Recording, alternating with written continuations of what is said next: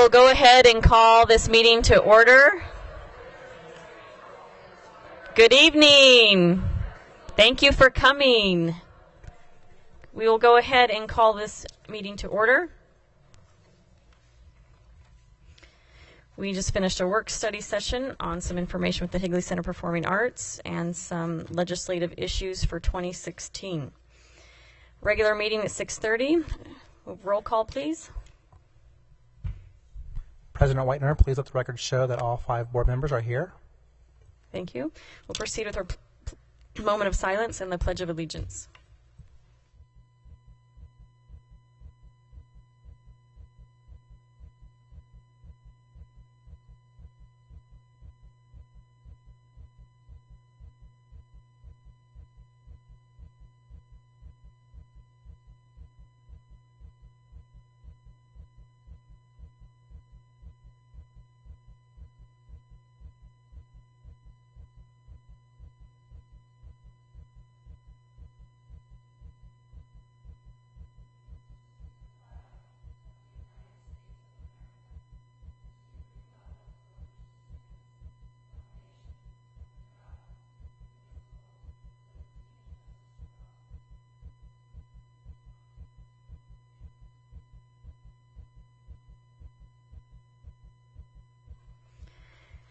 Okay, I will move that we approve tonight's agenda with the removal of 9.1, the amendment to policy EEAA, walkers and riders, which at this point district is working on some different options to resolve some of the busing situation. I'll second. Any other questions or discussion? All those in favor? Aye. Aye. Thank you.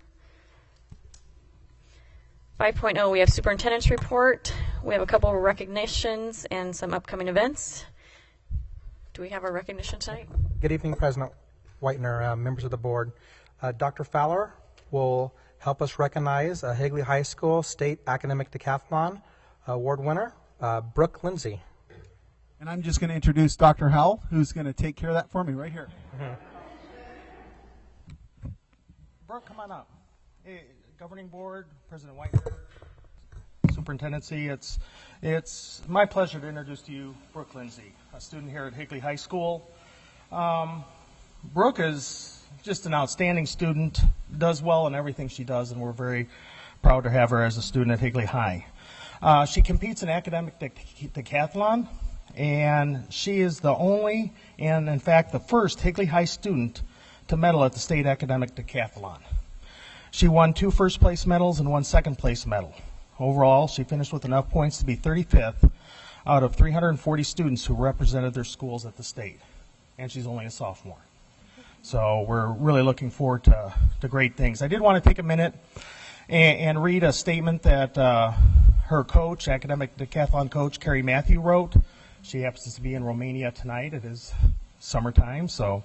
But anyway, she writes, "I'm so proud of Brooke and pleased that she is receiving recognition for her performance at the academic decathlon state competition in March.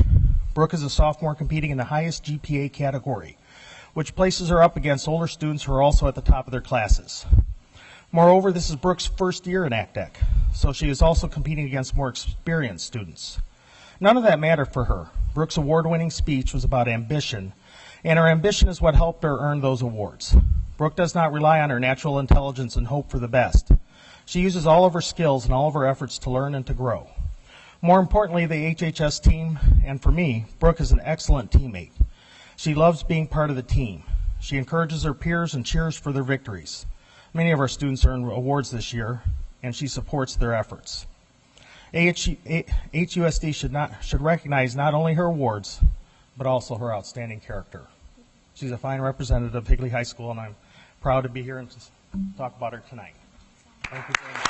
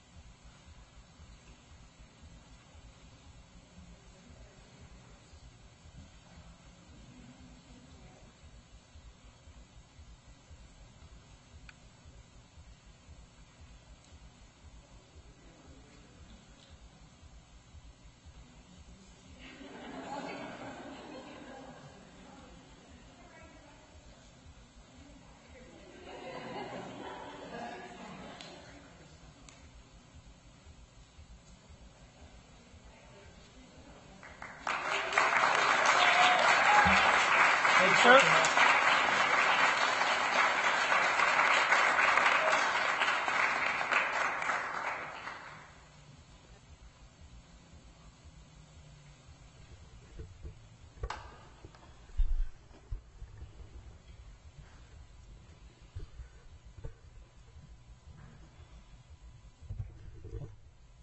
In the superintendent's report, we have 2 board meetings coming up in June. We have June 10th and June 24th with the work studies at 5:30 and the board meetings at 6:30. During those work studies, we hope to discuss upcoming issues as far as elections and those type of events. And so the work studies for those June dates would be very important. We also want to remind the board and the public that starting next week, the district office would go to 410s, working Monday through Thursday from 7 to 5 each day. And that would be the superintendent's update. Thank you very much. Okay, under board comments, we had a very busy last couple weeks. Just wanted to thank all the board members who could attend the ceremonies, graduations, awards nights, kindergarten recognitions, graduations, STEM nights, but just wanted to thank and appreciate all those that are involved with our high school graduations. They are getting bigger and bigger, and there's so much that goes on that I think we even as a board don't see. I mean, just setting up the chairs and the stage and the flags, and there's stuff that we don't see, but just wanted to thank all of those, and Dr. Fowler and transportation. I know everyone helps on those days, everyone. Even if you're in the warehouse, you are helping at those graduation ceremonies. So thank you to those who were able to help with those, and very, very wonderful graduations. Any other board members? I'd just like to comment, I see we have all the new artwork around the room here today. It's all the winners from this last school year, so it adds a nice compliment to our room here. Thank you. 6.0 is our request to speak to the governing board. So we value input from constituents. This time has been set aside for anyone from the audience who wishes to address the board. Please remember this is not an appropriate venue to evaluate, discuss, or criticize district personnel. Policy KEB provides a process for complaints about personnel. Members of the board may not discuss items that are not specifically identified on the agenda. Therefore, pursuant to ARS 38-431.01H, action taken as a result of public comment may be limited to directing staff to the matter, responding to any criticism, or scheduling the matter for further consideration and decision at a later date. Please limit your remarks to 3 minutes. Go ahead and call John Long. Is he good? Is there anyone in the foyer regarding bus service?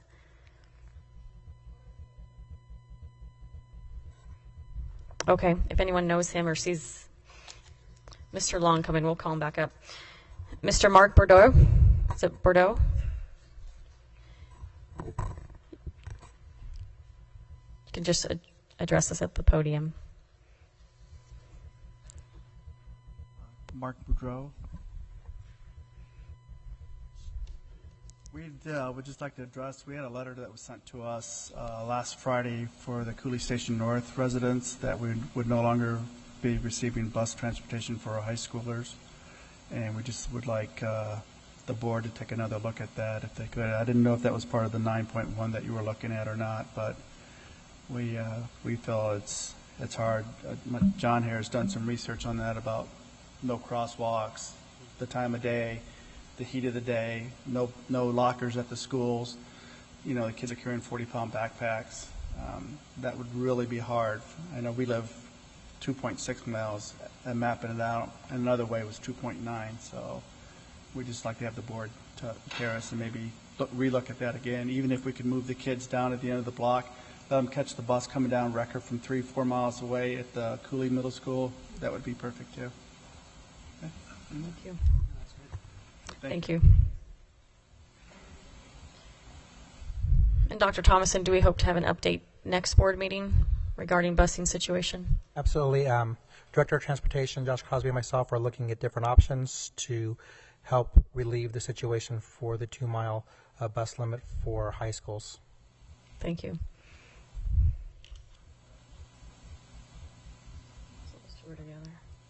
Mr. Joe Gusick.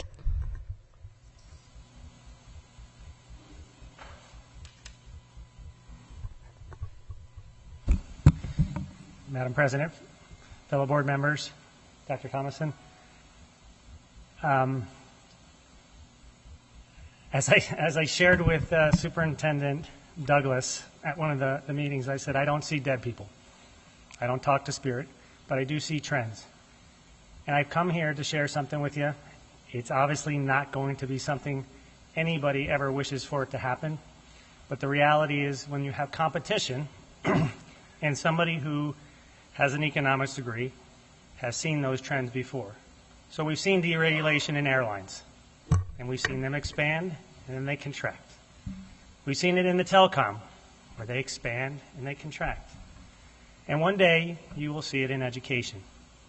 So obviously it will happen in the charter system because it'll be advantageous at some point for them. At some point, it potentially could be advantageous for you. I'm not asking you to go out and do this, but I am asking you to have conversations with your other school districts. Have them with multiple ones. And have conversations where you can be synergistic with them. Maybe conversations where you're buying the same type of buses, or buying the same type of IT systems. So if you have to do something like that, and it is in the best interest of everybody, then you will actually be in a position where it will be advantageous to everybody. I simply just don't want for people to kind of sit there and kind of think that's not a probability of happening. And if you wait too long and you don't have those discussions, I hate to say it, one of these school boards, a group of people, of very passionate people, will get caught with their pants down.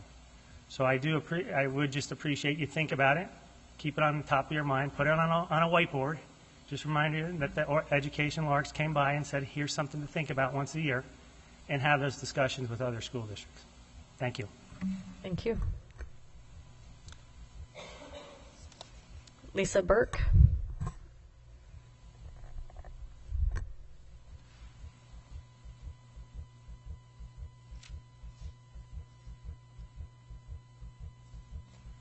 Hi. My name is Lisa Burke. I'm from New York, and I have lived in Arizona for 10 years. My 4 children have been in Higley since we moved here. Being from New York, we moved to a community for the school, and I have a vested interest in the dedication in the success of our school and our district. I moved to Higley as a teacher because I wanted to make a difference for our community. The community I live and where my kids go to school. I'm speaking today as both teacher and parent of Cortina. We need and must get an override on our ballot. We need to first stay competitive with our neighboring districts with salary. We lost a large percentage of our staff to other districts and other professions. Teachers are leaving the teaching profession. Teachers will continue to leave regardless of their dedication they feel if we do not have a competitive salary. Teachers need to make a living and pay their bills. Without excellent teachers, we will not have an excellent school. That's the bottom line. We will see an increase in class sizes this coming year, a decrease in teacher aides.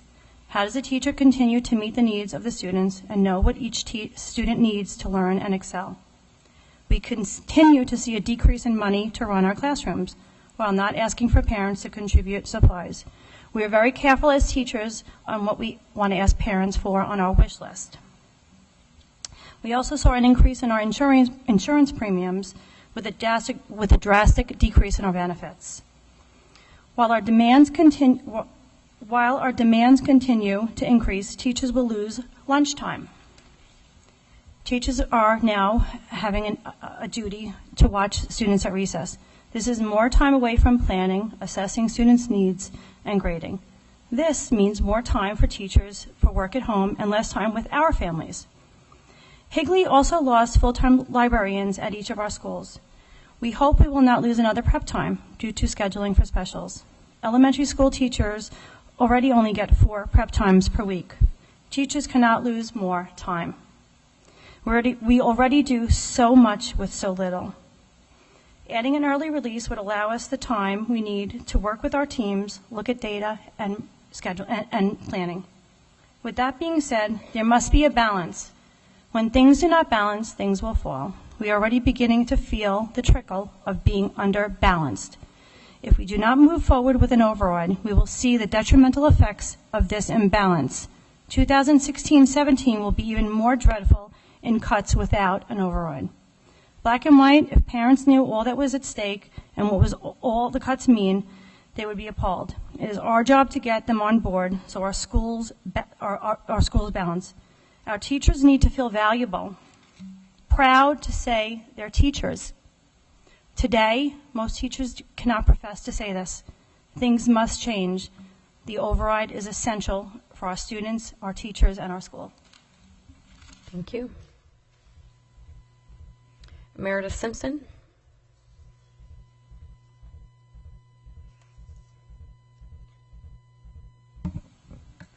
President Whitener, Governing Board, Dr. Thomason, and all of our Higley administration. I come tonight asking the board for support of a 15% override on the November ballot. Our local community has a chance to make right what our state cannot make a priority. I have the signatures from several members of our community who have all said that they would support such an override. For the coming year, I will have 4 children attending Higley schools, Higley High School, Santan Elementary, and the Sossaman Early Childhood Center. When we moved to the Higley District, we made a conscious support to support our local public schools. I went in prayerful that my children would have positive experiences, and for the most part, it has been positive, and I know of no school that is perfect or without challenges. That being said, in 4 years, we have had 7 elementary homeroom teachers, and only 2 are still with us. I am discouraged that this climate of years of budget cuts that directly affect my children's teachers have led to several of them seeking employment elsewhere. A school is a second home, and I want my children to grow up in a school that feels comfortable and where they feel a part of the community. I want them to see a former teacher in the hallway and lock eyes and maybe share a shy wave, remembering their years together in 2nd grade. Sadly, with our high rate of turnover, this just isn't possible. We have neighboring districts with override funds wooing some of our best teachers, and charter schools playing with a different set of rules, able to offer teachers additional compensation. I give huge props and accolades to our teachers who are committed to our district and schools, despite the fact that many have opportunities to go elsewhere for higher pay or for additional support. How does all of this affect my children? When some veteran teachers move on, it leaves prominent holes empty. We may not be able to fill the positions with someone of the same caliber. We struggle to build and maintain that sense of familiar community. Our teachers are taking on additional duty shifts and losing prep time because of loss of aides. Adequate prep time leaves our teachers ready for students and more clearly focused on education and building relationships, rather than being stretched thin and not getting the preparation time that they need. The loss of elementary level librarians is something I hope we can bring back. Our librarians are a wealth of knowledge who educate our children and light a fire of literacy appreciation. So this is something I've seen firsthand with my 2nd daughter. I am discouraged to learn that many class sizes will be going up. While still within the bounds defined by the governing board, it is a significant increase and a lack of adequate back-end support for these teachers. This is just another place that our teachers will be spread thin, affecting the learning climate for my children. Additional loss of specialized services for students and increase in fees are a burden for families and student needs. We received one of the infamous "your child will no longer receive a bus" letter as well. My oldest daughter is planning to be a 3-season athlete, and increased fees for families with multiple athletes. It's getting quite expensive. I want you to know that parents and staff that I speak with support an override for our district, and we trust that our board will make the best decisions with override funds moving forward. Thank you.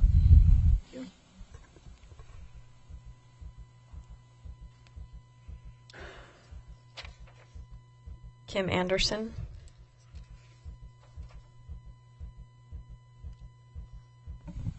President Whitener and members of the board, I'm here tonight for 2 reasons. First, I'm here as a parent and an avid supporter of Higley High's academic decathlon program, so congratulations again to Brooke. Second, I'm here to ask for your vote to place a budget override on the November ballot. The reason I'm asking you to do this is because it is simply the right thing to do for our kids. I've been in your shoes, as you know. And as I watched the budget process this spring, I actually felt sorrow in my heart as you grappled with very difficult financial decisions. I believe that we have finally reached the point where the essence of what makes this district unique is threatened. There is nowhere else to cut except into the very foundation of our schools. Yet next year there will be more budget woes as the existing override continues to sunset. The only way forward that I see is to ask the community for a budget override. I know some people will balk and stand against local financial support for our district. They will say we don't need the money. Well, we do. Nobody could watch what this board had to do this year and say that additional funding is not necessary. They will say that such a measure has already been defeated at the polls. I say that the last opportunity was 2 years ago in November of 2013, and the financial situation of this district has changed dramatically since then, enough to warrant asking the question again. They will say that we should spend wisely. I say this board has spent as wisely as possible. Who can criticize the way this district has allocated resources when we became the #1 large district in the state? And by the way, in order to maintain that kind of student success, we need all of our librarians back. We need to reinstate the college-bound atmosphere at our high schools by bringing back the ACT testing strand, not only to see how HUSD stands up nationally, but to send a message to our kids that our district helps send them on to further education after graduation. We need to ensure that classes like academic decathlon, fine arts courses, and our athletic programs have an opportunity to thrive. We ought to ensure that gifted programs have the capacity to reach every gifted child, not just some of them, for part of the time. We also need to retain our valuable staff. As has already been mentioned, our competitor, Chandler Unified, isn't Shangri-La, but they have an override in place, and they're actively recruiting our awesome teachers and principals. We need to close the hiring gap again. After we retain our teachers and staff, we need to quit furloughing them. I don't blame any of you for this situation. I know the problem lies in lack of funding, so I'm here as part of a large group of people who are already organized to ask you to put an override on the ballot. A budget override is a choice for the community to make. Your positive vote tonight shows that you are in favor of allowing the democratic process by which we govern ourselves in this country to work. Thank you, and go ACDEC Knights. Thank you. Michelle Anderson.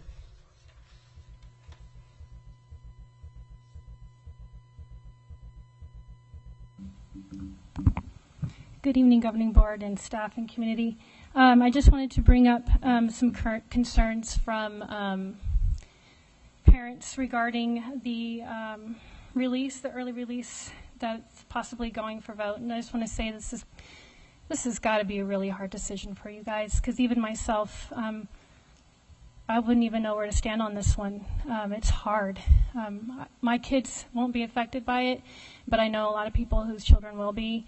And then to see teachers begging for more time, and just, there's no doubt that it's needed. So how do we make it work out, and how do we meet everybody on this one? I'm just saying, I feel for you guys. This is going to be tough. Some concerns that I've heard come up with. First, child care. Parents will have to find child care for maybe one, maybe multiple children. And not only parents, but also teachers that have children in the district will have to possibly find child care, since they're not allowed to bring their children on the grounds during school time. There was a parent who was very concerned about the Kids Club program being able to meet the needs of their child with a disability or with special needs. I didn't know if any licensing was needed for that. I trusted Kids Club with my children. They went summer and after school whenever I worked full-time. Ms. Miller's phenomenal. So it's not the capability, it's just, are they legally able, and do they have the resources and the staff that's able to do it? I don't know if this is possible, but if this does pass, one recommendation for that, because I don't know what will happen with the nurses' hours on Wednesdays, if they will need to leave early and lose hours, but if they could work in the Kids Club, if they could be offered a position to help out, maybe that would help with the special needs children. There was also, in the work study, it was mentioned that other districts have this going on. I think Gilbert was one of them. And parent brought up, well, what if Higley was a district that didn't have it and was more enticing to families that liked having their children not having early release, or if it met their schedules? Maybe we could just stand out better and be even more a district of choice because of that. And I brought it up a little bit. I'm going to run out of time, but also staff that are going to lose time with this early release. I just want you to think about them as well. Also, I wanted to bring up subpay. If it's still full day, half day, long term, I remember that those early release days were golden days because they would get paid a full day for only working 5 or 6 hours. So if this passes, maybe you could adjust the time or the pay, maybe like $70, $75, work out the pay for those days because people are going to be absent. You can't help it. You can tell them, please don't, but they're going to have sick kids and be sick themselves. So thank you for your time. Is it Heather Balch? Oh, sorry. I should know that. I'm like... Good evening. My name is Heather Balch, and I'm a speech-language pathologist here with the district. I've been working with HUSD since 2002. As HR will share this evening under Agenda Item 9.6, the driving force behind the reduction of fringe benefits for part-time certified staff is to equalize all part-time staff, both certified and classified. This is not the case. Like my full-time colleagues, I have dedicated my life to being a positive support for our children in our schools. Although we support students in different ways, my colleagues and I have a lot in common. We both spend countless hours in and out of school working to create the best environment for our students. Our evenings and part of our weekends are spent communicating with parents about their children. When furlough days are required, I too go without pay, even though it is not prorated to my contract. I miss an entire day of pay on my stub, just like every other full-time employee. We must be certified. As a speech-language pathologist, I hold 3 certifications, and each one requires that I obtain continuing education hours. I have always earned general leave at a level prorated to my contract, similar to the general leave accrual of full-time salaried employees. And like full-time teachers, my prorated salary is not a measure by the time on a clock or the hours in a day, but by the breadth and scope of my work that I do as an employee for HUSD. Heading into the 2015-16 school year, you are being asked to make a change aimed directly at making salaried part-time certified employees different from our full-time certified employees and being placed in an inequitable class of our own. The only fringe benefit that I receive as a part-time certified employee is the accrual of general leave. The negative impact on me includes reduced retirement benefits, and when my current accrued leave runs out, my pay will be docked, regardless of the number of years that I've worked here at HUSD. In short, the change is negative for part-time salaried employees working on behalf of HUSD and the families that we serve. HUSD might risk losing highly qualified professionals and educators in positions that are difficult to fill, such as special education teachers, speech-language pathologists, occupational therapists, and physical therapists. Maintain the status quo. Please allow us to continue accruing leave on a prorated basis. Thank you for your time and consideration. Have a good night. Thank you. Kimberly Hernandez will be reading a statement from Ms. Colbert. Hi, thank you for having me. I am reading a message on behalf of my colleague Angela Colbert. I also would like to say that Heather Balch is my supervisor as a speech-language pathologist in the district, and she is an amazing supervisor, and I appreciate her being on campus the time that she is. The statement from Angela reads, "My name is Angela Colbert. I have been an educator since 1998 and spent the last 5 years with HUSD on the preschool evaluation team. For the last 12 years, I have been working in a part-time role. I was told the proposed elimination of part-time certified staff to accrue general leave is to equalize all part-time staff, but both certified and classified. However, other than working 3 days rather than 5, my contract and obligations are identical to full-time teachers. She states, I am evaluated in the same way, using the same tool, and with the same frequency as full-time teachers. I, too, must meet the state-mandated 180 hours of professional development for recertification. It is not prorated because I am part-time. I have a master's degree and hold multiple endorsements on my certificate reflecting the highly qualified criterion required for teaching in Arizona. I am subject to district furlough days at the same rate as full-time teachers. The hours deducted are not prorated. Certified part-time and full-time staff is fully aligned within HUSD. If you enact this change, part-time staff will face docked pay once current leave runs out, regardless of the years worked on behalf of HUSD. Under this proposal, and based on my current leave, with 13 years left till retirement, I would only be able to take 1 day of leave each year, and this depicts all leave, depletes it all. Reduced retirement benefits, being in a role where expectations are the same as those of my full-time peers, but unable to earn comparable leave on a prorated basis. Given that contracts have already been signed and turned in, I would hope any potential changes to the accrual policy would go into effect for the 2016-2017 school year and would be communicated well before contracts are issued.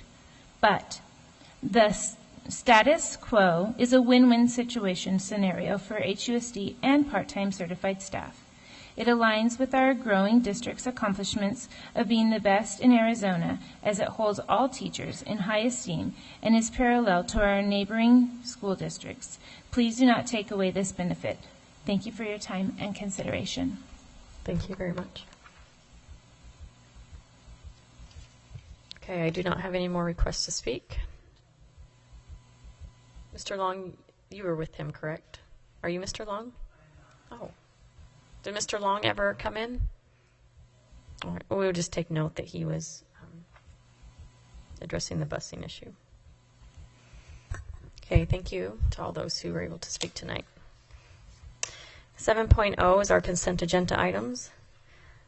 I will move that we approve consent 7.1 through 7.6. Second. Are there any questions or comments or discussion? All those in favor? Aye. Aye. Those opposed? Nay.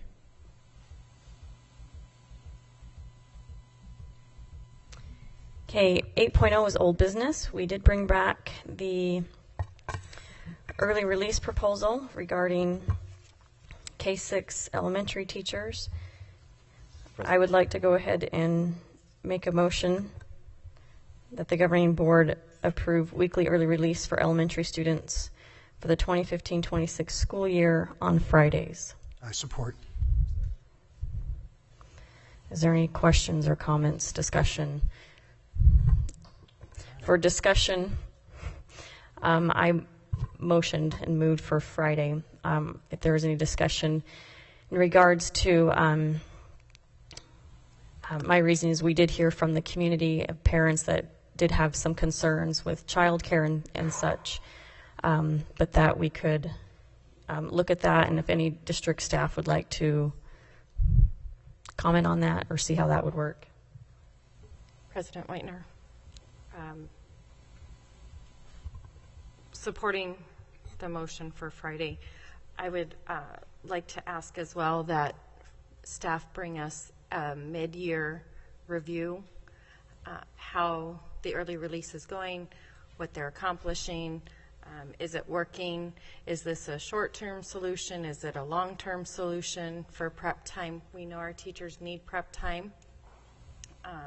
Is it something that we need to look at schedules for the 16-17 year?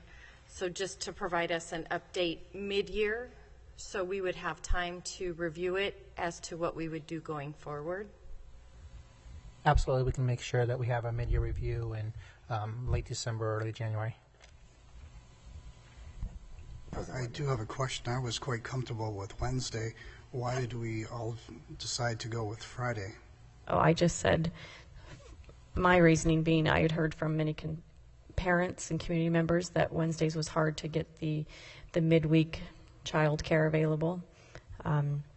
Also heard from parents that Wednesdays were kind of hard for their kids because Wednesdays felt like Friday, and it was hard to get them back in the groove to go back to school the next day. Just kind of felt it kind of lessened the focus throughout the week for the students, kind of that midweek shakeup. Also correlating to the breaks that we have. Some Fridays we have breaks already that are half days, such as spring break and October break, and so those are some days that parents are already planning on. I'm sure district staff will have to look at some of those dates if there's any, days that teachers need to. What is a true early out for teachers versus the early out Friday? President Whitener, Dr. if Thomason. I may, we do have some transportation issues and concerns with a Friday afternoon. Wednesday that we did look at was a more beneficial day for transportation due to the early release due to the preschool schedule, and also transportation for athletics on Fridays. I don't know about other board members, but I received no correspondence or phone calls in reference to a Friday. It was just my motion for discussion. Okay. There has been no discussion or correspondence. Okay. Because I was quite comfortable with Wednesday, as I assumed the rest of the community was comfortable with Wednesdays. So making a motion, have to make a motion in order to discuss. So Fridays is just in general when everyone has an early out, meaning? I would let Mr. Crosby speak to that for transportation issues. I would just add that on Wednesdays there is no PM preschool session that takes place, which has allowed us to do the early releases this year. Our special needs buses that drive for elementary school also drive for preschool. So since there's no afternoon PM Wednesday preschool, that's the day that currently works for early releases for any of our schools. They have no PM preschool. Is that when their teacher prep time is? Special education teachers? Or so there's no special education preschool on Wednesdays, just in our preschools, not elementary. I mean, could theirs be Friday? But you're saying.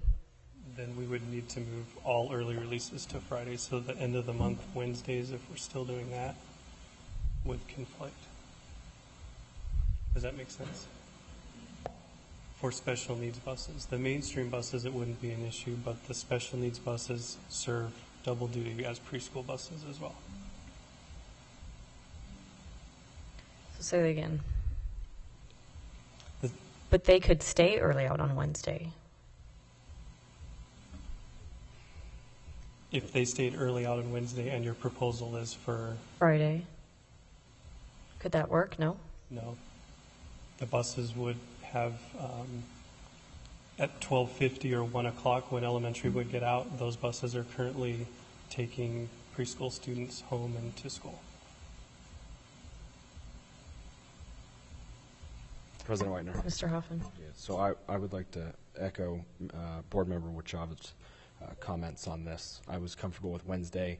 I think that we obviously need to provide this time to teachers. The one thing that I am not seeing is we had asked at the last meeting that we bring back Dr. Nance, Dr. Thomason, a policy regulation or a policy provision that protects this time for PLCs and for teachers to use for planning, and it doesn't get commandeered by other needs, site meetings and things like that. President Whitener, Mr. Hoffman, in the board packet we provided answers, we thought, to the questions that were brought up last time, and one of those was the use of those Wednesday early release days. And so in conversation with principals and teachers, what we would like to propose is that during the month, no more than one of those early release days would be used for professional development or training. And we currently have 6 of those in our calendar as we are right now, and that we would make sure that the other 3 of those Wednesdays, or whatever day it is you're using each month, would be dedicated to the professional learning community time and the planning time for those teachers on their campuses. So I'd like to amend to change it from Friday to Wednesday. Second.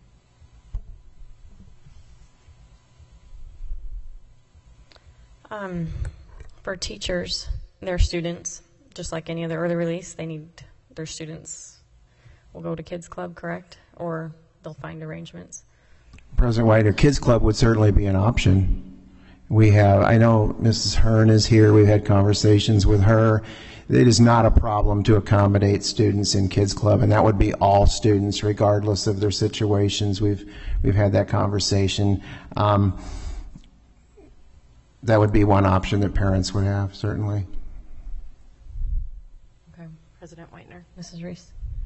Dr. Nance, we did clarify that some of the medically fragile ones would have issues, and I think Mrs. Anderson's suggestion there we might be able to look at that if we can use our on-staff nurses, health aides, potentially to help maybe take more of those children that have special needs. I know there are certain ones that we cannot take due to licensing, but I would like that we look at that.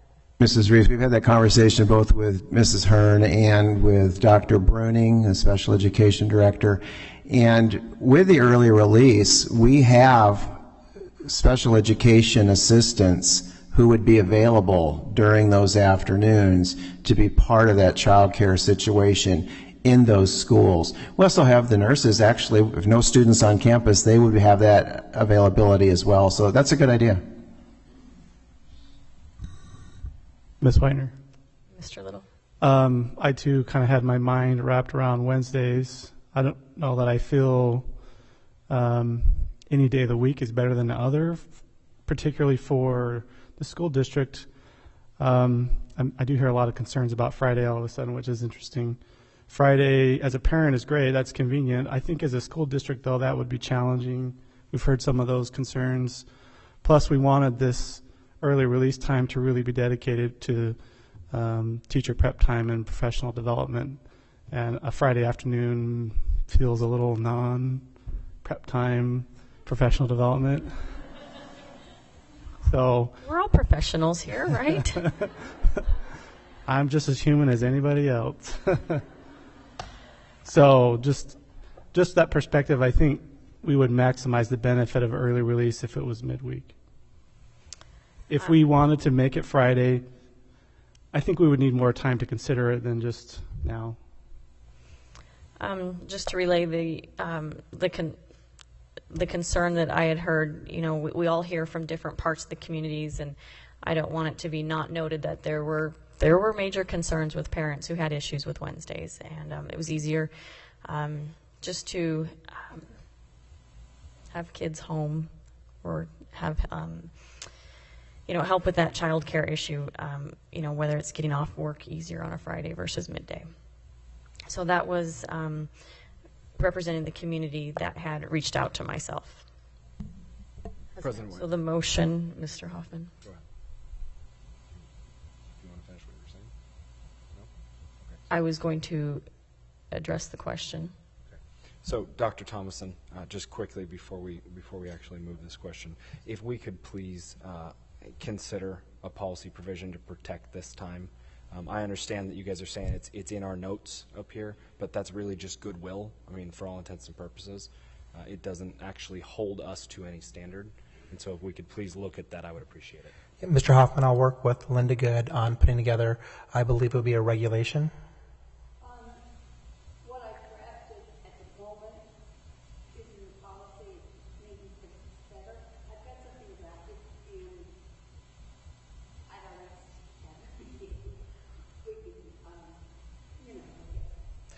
So we would bring it back to the board for consideration at the next board meeting. President Whitener. Ms. Reese. I just want to kind of clarify that at this point, we're doing this as a short-term fix to prep time, and that we'll review it, that this is not necessarily our school schedule going forward for years and years, that we're addressing the issue of the loss of prep time over the last couple years, as well as the loss of the librarian prep time. Is that correct? I would say that we would be able to review the policies and the regulations on an annual basis. An annual piece. Is there any further discussion or questions? Okay, the motion is for early release on Wednesdays. Is the time 1 o'clock, right? 1 o'clock? 12, 1 o'clock? 1 o'clock on Wednesdays. Okay. All those in favor? Aye. Aye. Aye. Thank you. Okay, 9.1. Oh, so we removed the busing policy. 9.2. President Whitener, I move that we approve updates to the authorized bank accounts and signatories. Support. All those in favor? Aye. Aye. Aye. Thank you. 9.3, we had our work study on the governing. I move that the governing board makes recommendations to Arizona School Board Association Legislative Committee for Long-Term, Short-Term, and 2016 legislative session. Second. All those in favor? Aye. Aye. Aye. Opposed? Nay.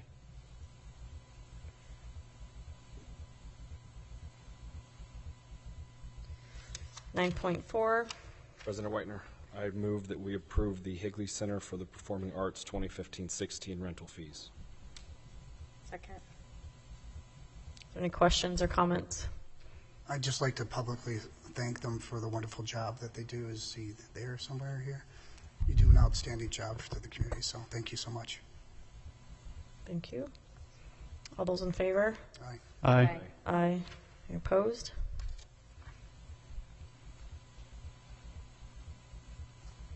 No. That was 5. You approved that, right? 9.5, to comply with the Maricopa County Educational Service deadlines, the district must notify in writing to MCESA, Maricopa County Educational Services, of its intent to call for an election to be held on Election Day, Tuesday, November 3rd, 2015. During June, the governing board will hold 2 extended study sessions to consider financial pros and cons in calling for an override. The board may choose to move forward or withdraw the intent before the resolution deadline, which is July 6th. I move that the governing board approve written notification to Maricopa County Educational Services of HUSD's intent to call for an election to be held on Election Day, Tuesday, November 3rd, 2015. Support.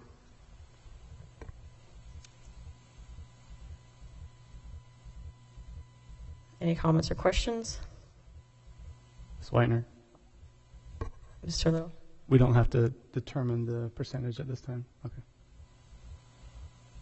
All those in favor? Aye. Aye. Opposed? Nay.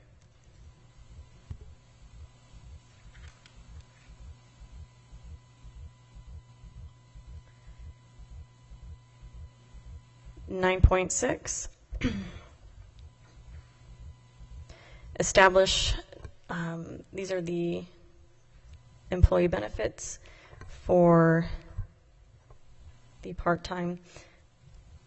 The recommendation is I move that the governing board establishes the minimum standard of eligibility for fringe benefits for the 2015-2016 fiscal year of 0.75 FTE for all district employees, certified, and support staff.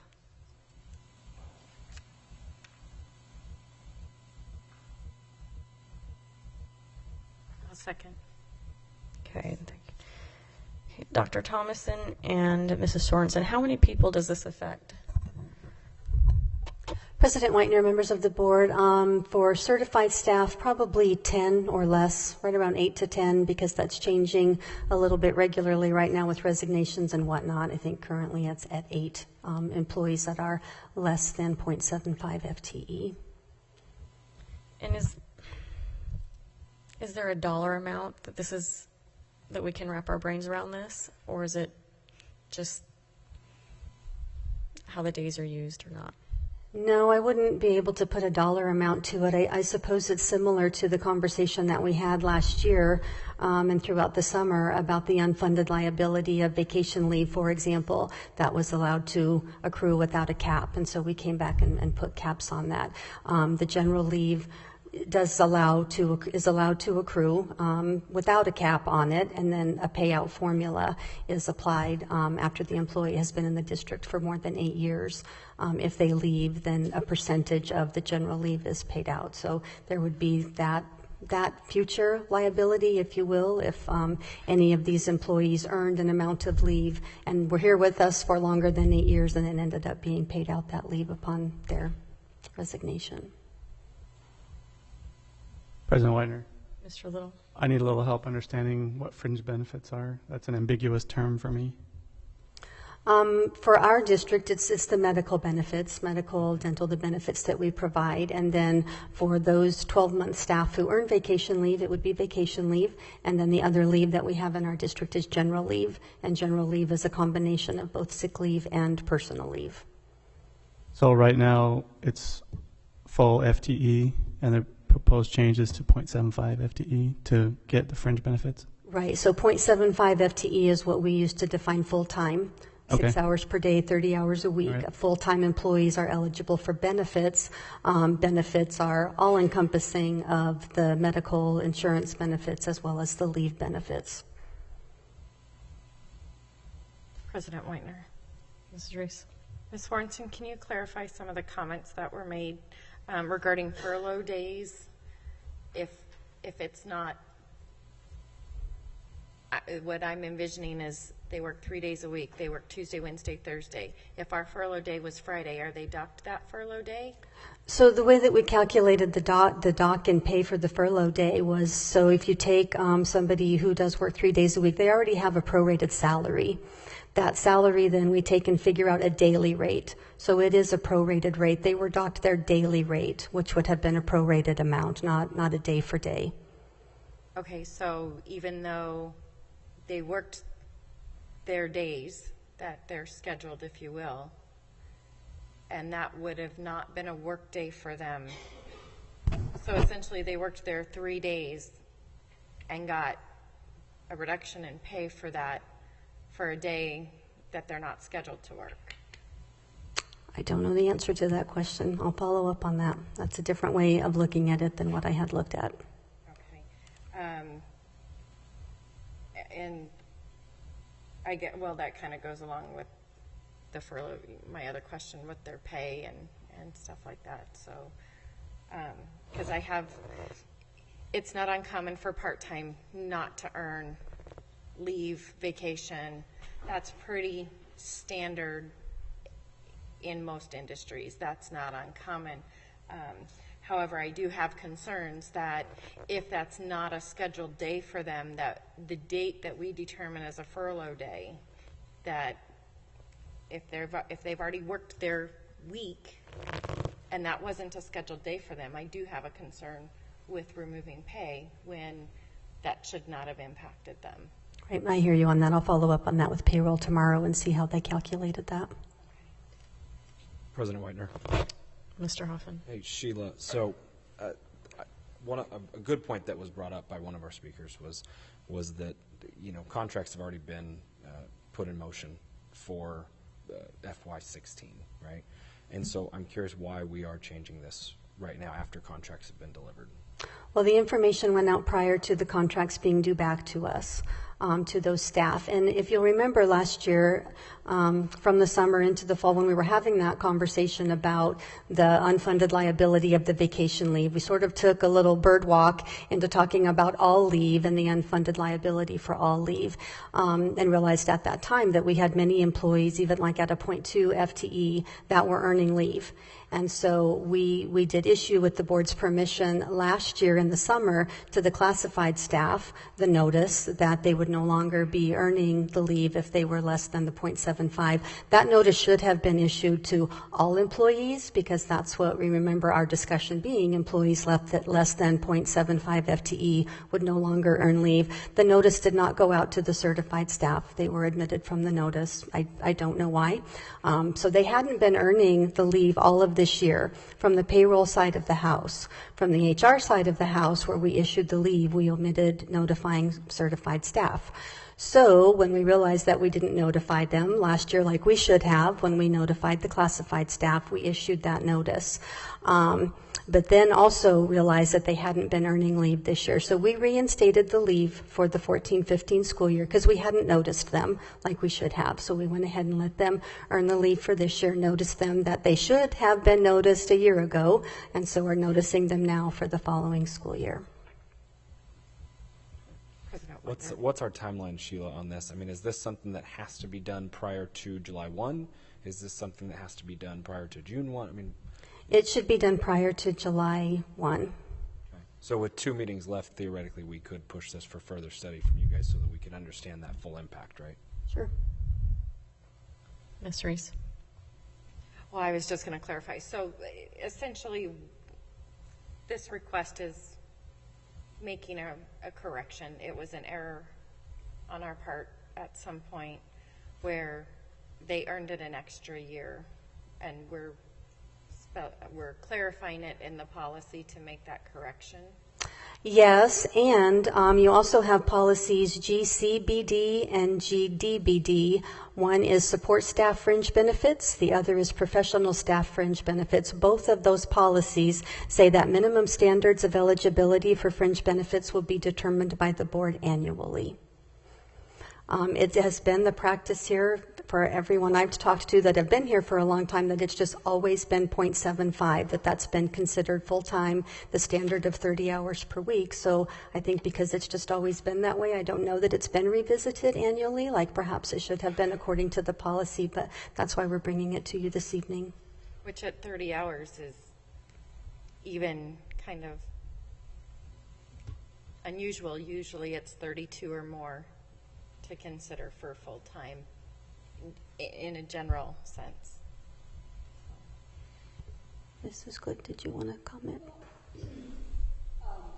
Sorensen and I had talked about the possibility of the board considering whether we would like to amend those policies to meet the statement, the requirement of annual stay, and to let them go until the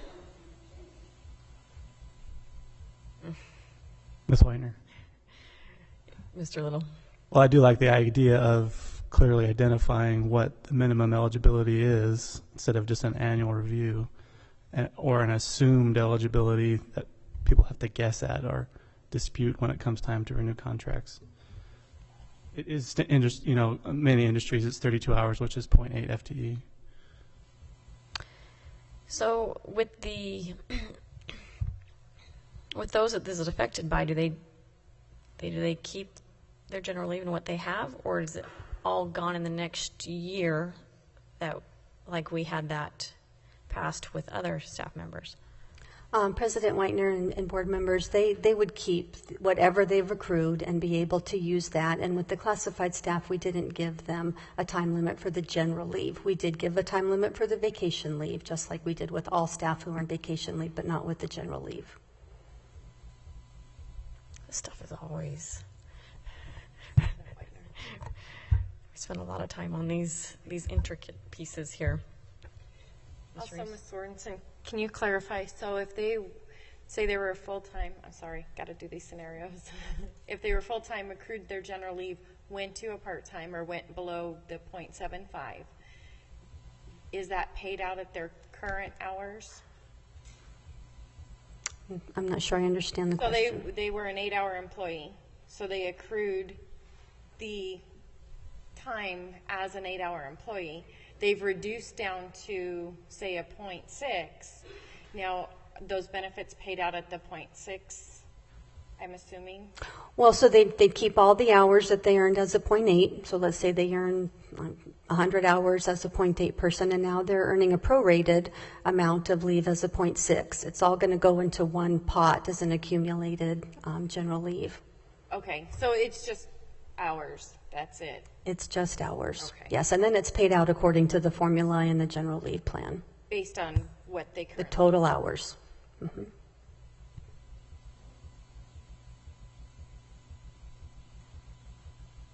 So, President Whitener. Mr. Hoffman. Since we have some time on this and we have 2 meetings coming up, I would like to amend the motion to send this back to the HR department for further study, and they can bring it back to us at the next meeting. Table it to next meeting. Who seconded that? I'll second. All those in favor? Aye. Aye. Aye. President Weiner, Mr. Little? could we also include, when it comes back, I would like to see some numbers tied to those scenarios to see what the total impact to the budget is. Typically, when I make decisions like this, you want to see the final dollar amount that impacts, even if it's just an upper and lower bound, because it's hard to predict what people will do with their time off.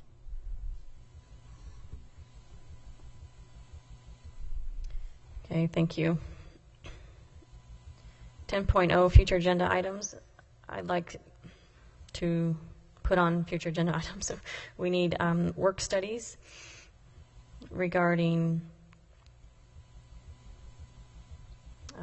override implications, plans, financials, data.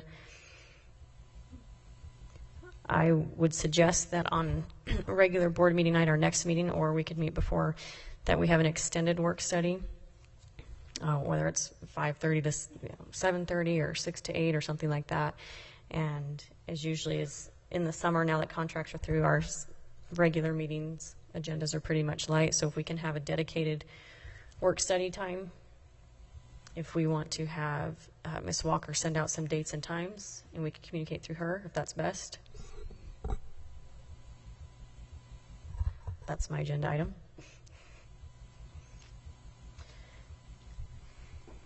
President Whitener? Ms. Reese? I'd also ask if Ms. Walker, for our future agenda item on goal planning, if you can, I know we're getting lots of requests here, but there's stuff that needs to be done. If we can start planning our goal planning meeting, we're coming in June. We don't have a whole lot of time. If we're going to create goals for our district, we need to get those created so they can be disseminated out between the districts so that schools and principals can do theirs as well.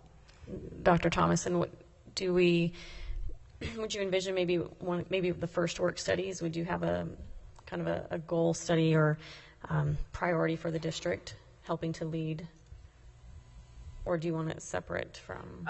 I picture this separate, perhaps a Saturday. I want to dedicate the time to it that we need to. So, President Whitener. So I would propose that we work with Ms. Walker to set up a work study on a Saturday like we had a few months back to discuss goal planning and goals for the district for the next year.